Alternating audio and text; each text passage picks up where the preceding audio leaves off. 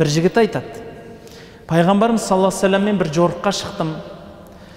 Сол кешке таяу шатырдан шықсам, бір оттың жанында бір топ әйел отыр екен, қыз келіншектер отыр екен дейді. Жаспын ғой дейді, қылшылдап тұрған. Қайтадан шатырдың ішіне кіріп, әдемі киімдерімді киіп, әтірлерді сеуіп, сол жерге барып оттың жанына отырдым дейді. Сөйтіп отырып, сол жерде әңгіме айтып отырмын дейді. Сөйтіп отқанда пайғамбарымыз шығып, мені көріп қалды дейді. Ананың арасында отқанымды. Сөйтіп көзімен бақырайып таң қалғандай қарады дейді. Әй пәленше, мұнда неге отсың сен?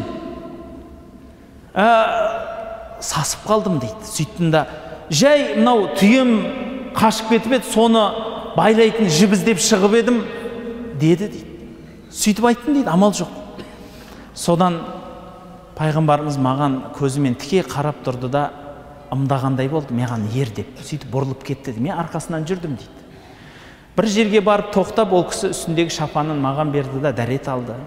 Дәрет алып болғаннан соң шапанын қайта кетті. Негізі дәретке шыққан екен да ол кісі. Сол дәрет алып болғаннан кейін маған қарап, ей пәленше, түйең қашып кетіп еді, сен не істедің енді деп айтты. Тұр ғой болмаса, я?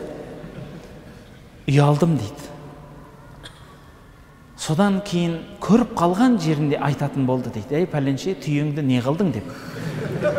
Содан мен ұялып пайғамбардан тығыла бастадым дейді. Ол кісі мешітке кіріп, намазға кіріп кеткесін аңдып тұрам, сосын барып кіріп оқып алам дейді. Ол кісі намазын бітірмей тұрып тез шығып кетіп қалам дейді. Сөйтіп аңдысып жүр, бірақ бір күні ұсталады ғой ол, біледі ғой, бәрібір ұсталады енді ол бәрібір.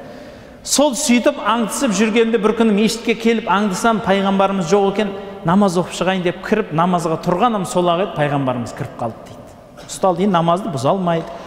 Ұзағынан оқыдым дейді енді. Анау кісі оқып кетіп қалса екен дедім дейді. Ол кісі оқыды, жеңіл қылып 2 ракат намаз оқып алып, менің жаныма келіп отырды да, отырды дейді. Мен ұзағынан оқып жатырмын, сосын айтты дейді, ей пәленше, қанша ұзын оқысаң да мен саған жолығуға келдім деп айтты дейді. Амал жоқ қой енді, сосын намазымды қысқартып, бітіріп, сәлем беріп, пайғамбарымызға қарадым. Пайғамбарымыз айтты дейді, ей пәленше, жоғалған түйеңнің байлауы не болды дедім дейді. Сонда айттым дейді, ей Расулалла, жоғалған түйемнің байлауы Аллада болды ғой деп айттым дейді. Содан кейін бұл кісі сұрамайтын болды дейді о нәрсені.